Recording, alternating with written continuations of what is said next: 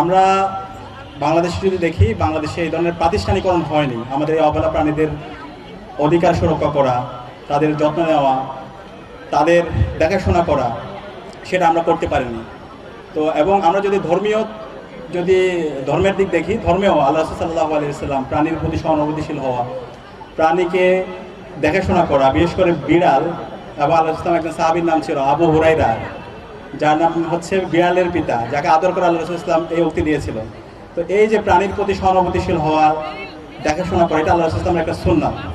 তো ধর্মীয় দিক যদি দেখি এবং একই সাথে একজন মানুষ হিসেবে এটা আমাদের দায়িত্ব। তো জীববৈচিত্র্য যদি রক্ষা করতে চাই, এই জায়গায়ও আমাদের প্রাণীর প্রতি সহানুভূতিশীল হওয়া, প্রাণ ও বৈচিত্র্য রক্ষা করা, সেটা আমাদের দায়িত্ব। তো সেটাকে একটা প্রাতিষ্ঠানিক রূপ দেওয়ার জন্যই আজকে ঢাকা বিশ্ববিদ্যালয়ের কেন্দ্রীয় ছাত্র সংসদ এবং ডিও কেয়ারের উদ্যোগে আমরা এই প্যাট কার্নিভালের আয়োজন করেছি। আমরা এর মাধ্যমে যে মেসেজটা দিতে চাই, আমাদের প্রাণীর প্রতি অনেক বেশি মমত্ববোধ দেখাতে হবে, আমাদের এই জীববৈচিত্র্য রক্ষার জন্য আমাদেরকে আন্তরিক হতে হবে।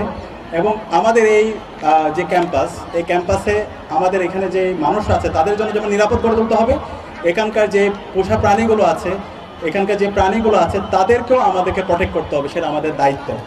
তো সেই দায়িত্বের জায়গা থেকে আমরা চেষ্টা করেছি সেই বার্তাগুলো দেওয়ার জন্য। আজকে এখানে আমাদেরকে সার্বিকভাবে সহায়তা করেছে প্রাণী এবং মৎস্য মন্ত্রণালয় থেকে, সার্বিকভাবে আমাদের সহযোগিতা করেছে, আমরা তাদেরকে ধন্যবাদ জানাচ্ছি।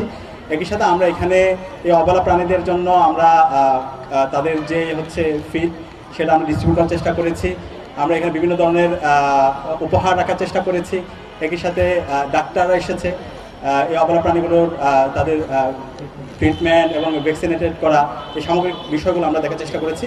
তো আমরা এটা শুধুমাত্র একদিনের জন্য না, আমরা এটাকে একটা প্রাতিষ্ঠানিক রূপ দিয়েছি। আমাদের একটা ডাকসুর কার্যনির্বাহী সদস্য আনাস ইবনে মনির এবং আমাদের পরিবেশ ও স্বাস্থ্য সম্পাদক আব্দুল্লাহ আল মিনহাজের নেতৃত্বে একটা কমিটি হয়েছে।